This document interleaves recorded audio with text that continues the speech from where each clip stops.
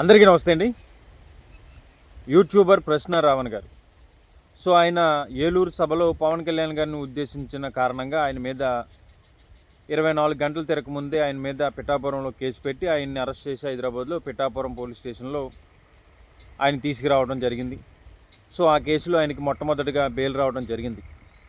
So తర్వాత వెంటనే కూడా ఇంకొక స్టేషన్లో ఇంకొక కేసు పెట్టడం, మరి ఇంకొక స్టేషన్లో ఇంకొక కేసు పెట్టడం, అలా 4 కేసులు పెట్టడం. 4 కేసుల్లో కోర్టు ఇతన్ని కస్టడీలోకి తీసుకోలేమని చెప్పేసి అతన్ని బెయిల్ ఇవ్వడం జరిగింది. సో ఆయన ఈ 4 కేసుల్లోంచి బయటపడి నిన్న విజయవాడ దగ్గరలో గన్నవరం పోలీసులు ఆయన్ని టోల్ బాజా దగ్గర ఆపి ఆయన మళ్ళీ 5వ కేసులో అరెస్ట్ చేయడం జరిగింది. సో నిజంగా యూట్యూబ్ రావణ్ గారు మాట్లాడింది తప్పు అనుకుంటే, నిజంగా ఆయన ఏలూరు సభలో మాట్లాడింది తప్పు, ఆ కేసులో అరెస్ట్ చేశారని చెప్పేసి ప్రజలందరూ కూడా భావించరు. కానీ ఆ కేసులో కోర్టే ఆయనకి బెయిల్ ఇచ్చింది. ఆయన ఏదైనా తప్పు చేసింటే ఖచ్చితంగా అక్కడే ఆయనకి రిమాండ్లో తీసుకోవాలనో లేకపోతే ఇంకోటో కోర్టు అయితే చెప్తుంది. కానీ 4 కేసులు వెంటనే ఒకే కేసు మీద పెట్టడంతో ఆయన 4 కేసులు కూడా బెయిల్ రావడం జరిగింది. సో ఇలా కాదని చెప్పేసి ఎప్పుడో గతంలో మాట్లాడినటువంటి వీడియోల గురించి, లక్షలైట్ల గురించి మాట్లాడారని, వాళ్ళకి సహకరించే విధంగా మాట్లాడారని చెప్పేసి రాజద్రోహం కింద కేసులు ఆయన మీద పెడతా ఉన్నారు. రాజద్రోహం కేసు పెట్టి ఆయన్ని ఇబ్బంది పెట్టే ప్రయత్నం అయితే చేస్తూ ఉన్నారు. ఎందుకంటే నిజంగా ఆయన ఇబ్బంది పెట్టకపోతే, ఆయన మీద కక్ష సాధించకపోతే, ఆయన మీద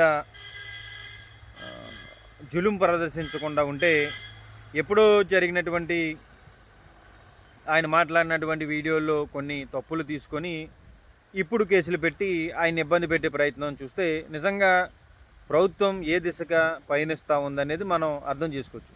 ఎందుకంటే రావణ్ మాట్లాడితే ఆయన యూట్యూబ్ ఛానల్లో మహా అయితే 1,00,000 మందో, 1,50,000 మందో, ఒక 2 లక్షల మందో చూదురు.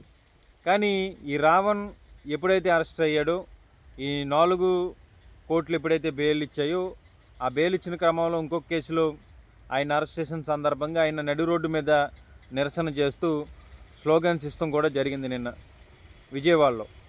సో అక్కడి నుంచి కూడా దేశవ్యాప్తంగా అసలు ఈ రావణ్ ఎవరు, అసలు ఇతని మీద ఇన్ని కేసులు పరంపరంగా ఎందుకు పెడతా ఉన్నారని చెప్పేసి నేషనల్ మీడియాకు కూడా ఈ టాపిక్ అనేది ఇష్యూగా మారింది.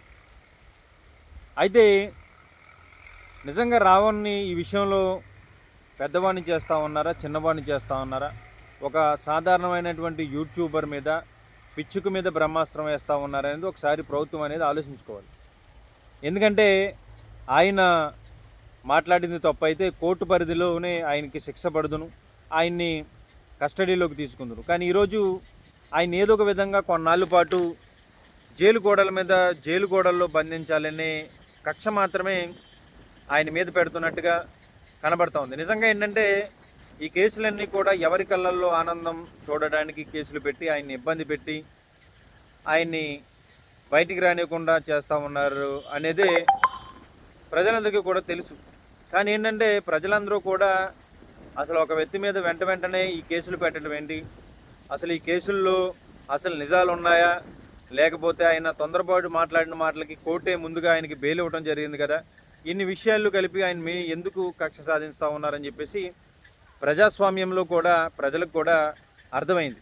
కానీ నిన్న రావణ్ గారు ఒక వీడియో ఏదైతే ఆయనకు కోర్టు బెయిల్ ఇచ్చిన వెంటనే ఆయన కారులో కూర్చొని మాట్లాడినటువంటి మాటలు ఏంటంటే, ప్రశ్న రావణ్ అనే వ్యక్తిని చంపినా సరే ప్రశ్నించే వాళ్ళు ఇంకా పుడతానే ఉంటారు, కానీ ఇది ప్రశ్న అనేది ఎప్పటికప్పుడు ప్రశ్నించే వాళ్ళు వస్తారని చెప్పేసి ఆయన చెప్పడం జరిగింది. అంటే ఇక్కడ ఏ విధంగా ఆయన మీద కక్ష సాధింపు చర్యలు చేస్తూ ఉన్నారనేది మనం ఆలోచించాలి. ఏలూరు సభలో పవన్ కళ్యాణ్ గారిని ఉద్దేశించి ఏదో ఒక మాట అన్నారు. సో దానికి వెంటనే పిఠాపురం పోలీసులు ఆయన అరెస్ట్ చేయడం, కోర్టులో సబ్మిట్ చేయడం, అక్కడితో ఆయన ఇష్యూ అయితే అయిపోయింది.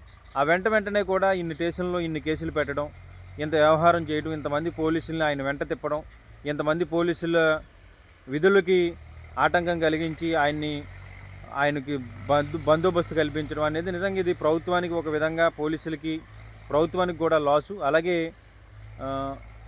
సోషల్ మీడియాలో మా గురించి మాట్లాడితే ఇలా ఇబ్బందులు పెట్టి ఇలాగా ఇలా చేస్తామని చెప్పేసి చూపించుకోవడానికి చేస్తూ ఉన్నారనేది తెలియట్లేదు. కానీ ఏదైనా సరే ఈ ఒకే 2 రోజుల్లోనే 3 రోజుల్లోనే ఇన్ని కేసులంటే నిజంగా ఆయన మీద కక్ష సాధిస్తున్నట్టుగానే కనబడుతోంది.